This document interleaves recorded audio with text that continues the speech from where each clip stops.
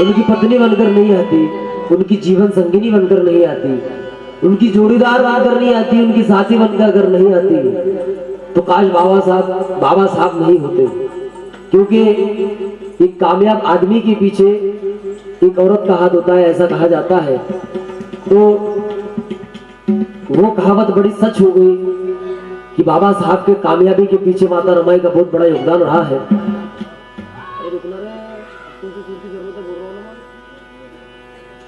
तो माता रमाई ने अपने जीवन में कितने ही दुख बर्दाश्त किए कि बाबा साहब न होते हुए रमाई के कितने बच्चे मर गए। रमाई खुद भूखी रही, एक एक पैसा जमा करके बाबा को विदेश भेजती रही। लेकिन जब रमाई अंतिम सांसें गिनती है तब बाबा को याद करके वो रोती है और बाबा से विनती करती है कि जीवन भर तो आप मुझसे फिलहाल दूरी रहे। देखिए, एक बात मैं बहुत गौर से बताना चाहूंगा। रामायण में देखिए, राम को और सीता को 14 वर्ष का वनवास हुआ था, लेकिन हमारे माता रमाई को 13 वर्ष का वनवास हुआ। 13 वर्ष का ऐसा कि बाबा साहब ने 13 साल तक रमाई को छुआ तक नहीं, कि बाबा साहब रमाई के पास बैठे तक नहीं, बातचीत तक नहीं की सामने बैठ के। 13 साल बाबा साहब रमाई से दूर रहे। तो रमाई का दिल क्या होगा? तो यही उस रमाई माता का गुणगान इस गीत में करूंगा ताकि मेरी माता बहनें अपने जीवन में उसका प्रयोग करें। सुनिएगा।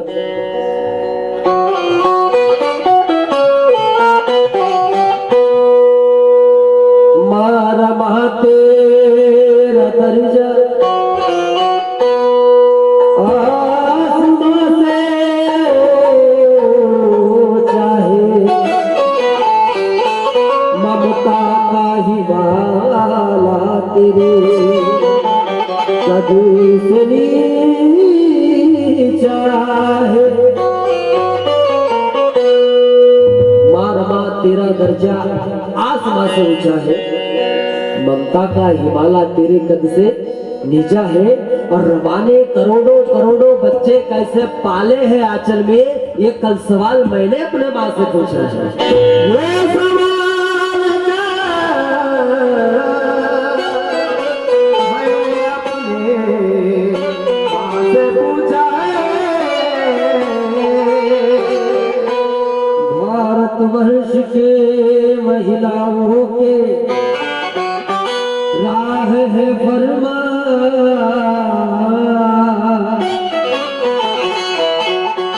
ये कल पढ़कर तब गावारी से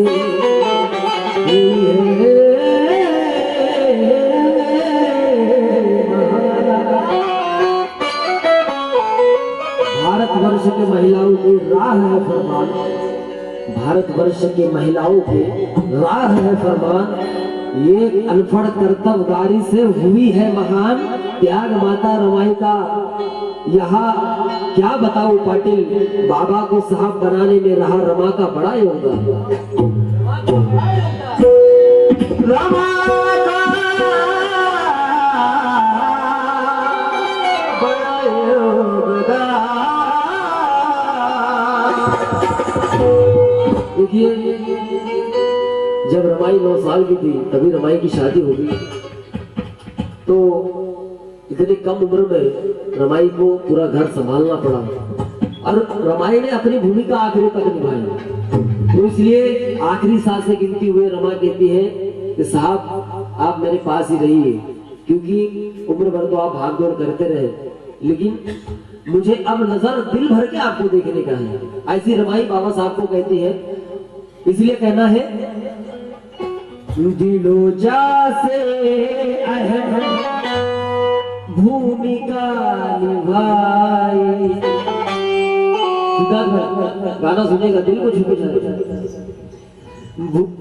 दिलो जा से अहम भूमिका निभाई, हुई है न होगी ऐसी रचना।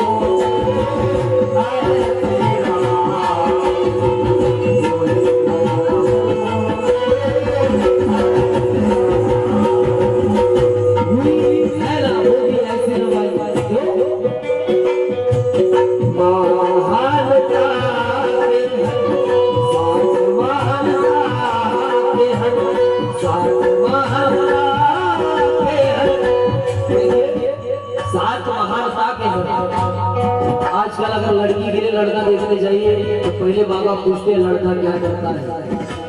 अगर नौकरी करता है तो ही लड़की मिलेगी, नहीं करना नहीं मिलेगी। लेकिन मेरे माता बहनों हाथ जोड़कर विनती है, रमाई ने अपने पति को खुद बनवाया था, तैयार किया था पढ़ाई के लिए, मदद की थी। रमाई के पिता माँ के साथ ये नहीं पूछा थी कि बाबा साहब कितने पढ़े थे, क्योंकि आजकल समाज में ऐसा है अगर लड़की ज्यादा पढ़ी लिखी हो, लड़का थोड़ा कम ज्यादा पढ़ा लिखा हो तो 19-20 हो जाता है। तो मेरे भाइयों, पढ़ाई लिखाई उतनी ही जरूरी है और बुद्ध की विचार भी इतनी जरूरी है। रमाई का दिल बड़ा था, इसलिए बाबा का सफर बड़े आसानी से कट गया है। इसलिए कहना है, सात माह के है, सात माह के है मुश्किलें, सात माह के है मुश्किलें, होगी दूसरी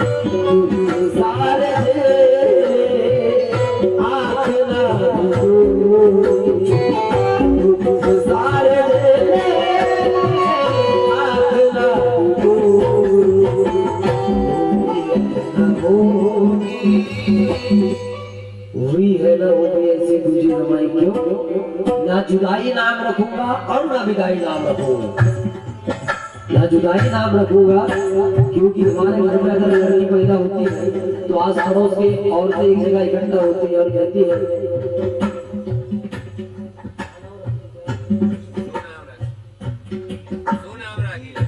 सुना कुछ तो ऐसे कोई नबी हीरो कोई आगे सुना सुना है ऐश्वर्या राय कैटरीना क्या तो रख देना मम्मी कैटरीना रख ऐश्वर्या रख। और लड़का अगर हुआ तो सलमान खान रख, सलमान रख, शाहरुख रख। अब इस नाम में बताइए सर कहीं लगता है या बहुत धम्म के है? इस नाम से कहीं लगता है बहुत धम्म के संस्कृति? सुरेश भाई बताइए नाम कैसे होना चाहिए? बेटा अगर हुआ तो संग रक्षित, धम्म रक्षित, सिद्धार्थ, गौतम, ऐसे नाम होने चाहिए। अब हमारे गांव में आपको तो मालूम नहीं ये गुजरात में क्या है, लेकिन मेरे महाराष्ट्र में बहुत लोगों को आंचल, विद्या, पायल, चांदनी। अब ये नाम बताओ कहीं तक पूरा इतिहास मैंने ढूंढ लिया बौद्ध धर्म का, कहीं से कहीं तक मुझे नाम नहीं। तो मेरा ये कहने का मतलब है कि भैया शेर का चमड़ा पहनने से कोई शेर नहीं होता। तो अपने जो है ओरिजिनल अपने पूर्वजों का नाम रखो। भीमा नाम अच्छा नहीं है, रमा नाम अच्छा नहीं है। हम लोग क्यों नाम नहीं रखते? रमा क्यों नहीं रखते? भीमा क्यों नहीं रखते? इस नाम में कुछ कमी है। लेकिन मेरा कहना है ना विदाई नाम रखूंगा और ना विदाई नाम रखूंगा। सुरेश भाई ना जुदाई नाम रखूंगा और ना विदाई नाम रखूंगा। हुई अगर बेटी मुझे तो रमाई नाम रखूंगा।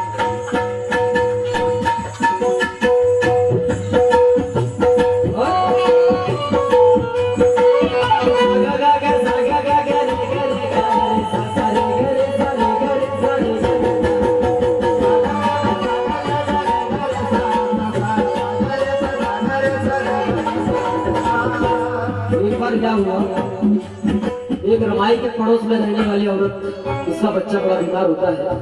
तो वो रमाई के पास आती है और बोलती है कि रमाई को बाबा साहब प्यार से रामू कहते थे।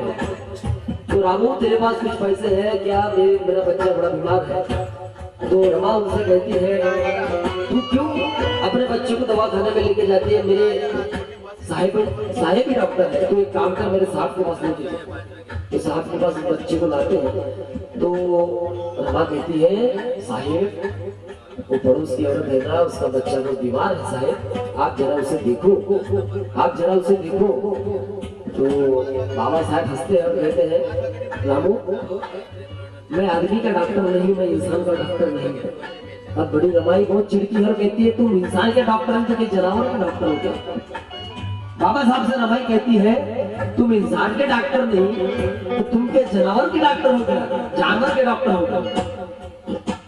तो फिर बाबा साहब को समझता है कि मेरी रामू पढ़ी लिखी नहीं है, अशिक्षित है, अशिक्षित है। ये इसने पढ़ाई नहीं की इसलिए इसे कुछ मालूम नहीं कि डॉक्टर किस किस प्रकार के होते हैं। तो जब बाबा साहब बताते हैं रमा को रामू टीबी से मरेगा, कैंसर से मरेगा, मलेरिया से मरेगा, तो एक ही आदमी मरेगा, लेकिन ये जातीय का विषारी नाग, ये जातीय देगा जाति भेद का विषारी नाग मेरे समाज को सालों साल के जकड़ के बैठा है रामू। इसलिए कैंसर से मरेगा, टीबी से मरेगा, कोई किसी बीमारी से मरेगा तो एक आदमी मरेगा, लेकिन ये जातिवाद का नाग, स्वर्णवाद का नाग, मनुवाद का नाग मेरे समाज को सालों साल से घेर के बैठा है रामू। अगर ये सांप, अगर ये विषारी सांप अगर मेरे समाज को अगर डांस करता है तो एक आदमी नहीं पूरा समाज मरेगा रामू। इसलिए मैं आदमी का डॉक्टर नहीं, किताब का डॉक्टर हूँ, डॉक्टर बी आर अम्बेडकर। बाबा साहब रमाई को समझाते हैं मैं किताब का डॉक्टर नहीं हूँ, मैं किताब का डॉक्टर हूँ, मैं इंसान का डॉक्टर नहीं हूँ। तो एक बार ऐसे ही बाबा साहब विदेश से आते हैं और आते ही अपनी पढ़ाई चालू करते हैं। तो रमाई माता उनकी कमरे में खाने की थाली लेके जाती है। सुबह के 10 बजते हैं, खाने का टाइम होता है।